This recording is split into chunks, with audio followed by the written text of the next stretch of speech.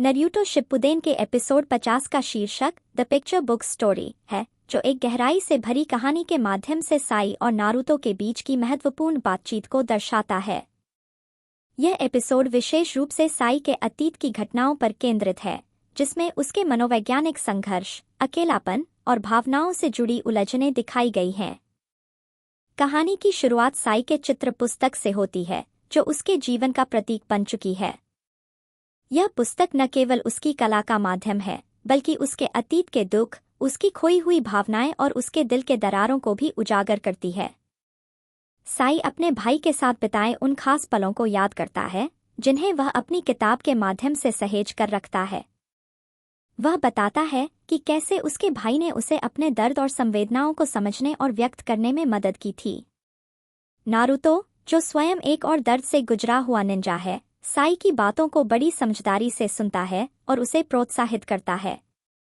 वह साई को यह समझाता है कि मनुष्य की ताकत उसकी संवेदनशीलता में छिपी होती है, न कि उसे दबाने में। इस संवाद के माध्यम से नारुतो यह संदेश देता है कि अकेलापन और दुख का सामना करना जीवन का एक अनिवार्य हिस्सा है और उनसे भागना नहीं चाहिए, बल्कि उन्हें स्वीकार कर आगे बढ़ना चाहिए। साई का अतीत अत्यंत दुखद है। उसके माता पिता की अनुपस्थिति में उसका भाई ही उसके लिए सब कुछ था। लेकिन एक दुखद घटना में उसने अपने भाई को खो दिया, जिससे उसकी दुनिया ही उजड़ गई। वह एक ऐसी स्थिति में पहुंच गया जहां उसके पास साझा करने वाला कोई नहीं था। इस कारणवश उसने अपने आंतरिक भावनाओं को चित्रों के माध्यम से व्यक्त करना शुरू किया। यह चित्र पुस्तक उसके लिए संवाद का एक अनोखा जरिया बन गई। नारुतो और साई के बीच बढ़ती दोस्ती इस एपिसोड की सबसे खूबसूरत बात है।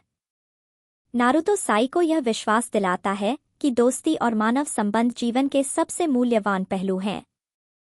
वह बताता है कि अपनी कमजोरियों को स्वीकारना और अपने मन की बात कहना कोई कमजोरी नहीं, बल्कि सच्ची बहादुरी है।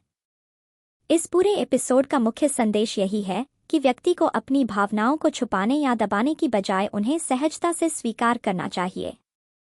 जब हम अपने दुख, अकेलापन और दर्द को साझा करते हैं, तभी हम सच्चे रूप से खुद को समझ पाते हैं। नारुतो और साई की दोस्ती इस बात का प्रतीक बन गई है कि कठिनाइयों के बावजूद एक दूसरे को समझने और साथ देने से जीवन को बेहतर बनाया जा सकता है।